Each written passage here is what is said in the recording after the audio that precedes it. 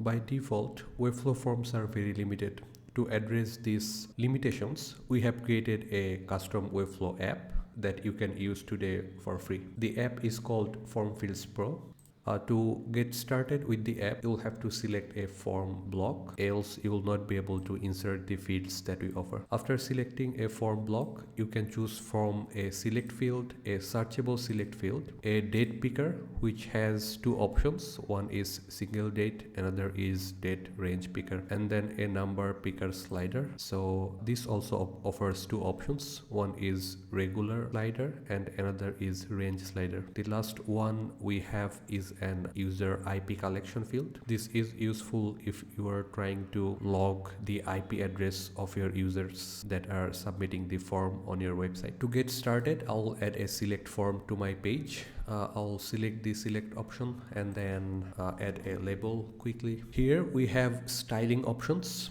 You can control the color in light theme versus in dark theme, and also the background color in light theme versus the dark theme. And then at the bottom you can add options for your select field. These options are the values that will show up in your admin panel form submission screen. So I'll add some country options quickly. You can add or remove existing options using this button and this button right here. I'll hit insert, and this will add a new field at the bottom of my form, which we will be rearranging just in a while. But let me show you the other fields as well. I'll add a searchable select field and I'll insert it to the page. The other three fields we have is a date picker. I'll keep the default options as is and hit insert. Let me also add a date range picker quickly. So let's do a quick preview for these four fields, then we'll come back and look at the other remaining two fields. I'll move the button at the bottom so it looks a bit better, and then I'll hit publish and then preview my page. Alright, so here's the select field. This is a much better alternative than the HTML select. You can select any value and that will be saved in your backend form submission. Here is the searchable select. This is same as the select field, but you can search here. So I'll search for AU and it will give me the best match. Here is a date picker and here is a date range picker. So I can select a range for this field. If I submit this right now, it will be in the regular place of Webflow form submission. We'll do that at the end of this recording. Let me quickly add the other remaining fields. I'll open my app one more time. It's asking me to select a form layer. I'll select it here. Great. And then let's add a number picker slider. I'll say budget.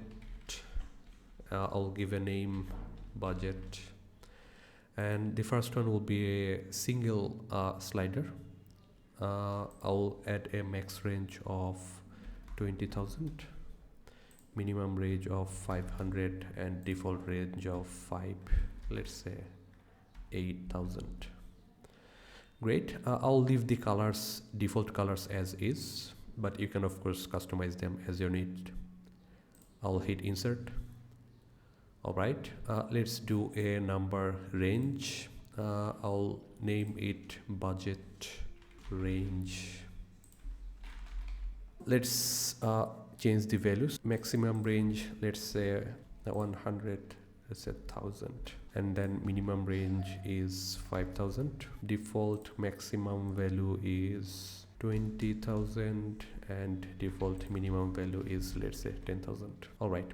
I'll leave the color options as is, the default options. I'll hit insert, and then the last field is you collect user IP. This doesn't show anything in the front end, but this is just an hidden field that sends the user IP to your backend. So I'll say collect user IP. You can use space as well in the field name value. I'll hit insert. Let me adjust the button again. Position of this collecting user IP field does not matter, but to look a bit better in this view, I just moved the button at the very end. Alright, I'll hit publish and then let's preview again. As you can see, this is the slider number range slider picker. This is actually the single slider, and this is actually the range slider. And then you can also notice the user IP field is not visible here, but if we submit this form right now, we will be able to see the user IP in our admin panel. I'll add a name and then an email address. Let's select a currency, a country. The date is already selected, the range was already selected. I'll just hit submit. Alright, let me go back to my admin panel and then refresh. And at the bottom I can see the submitted value, the name, email, country, currency, the date range, the budget, and then budget range, and then user IP.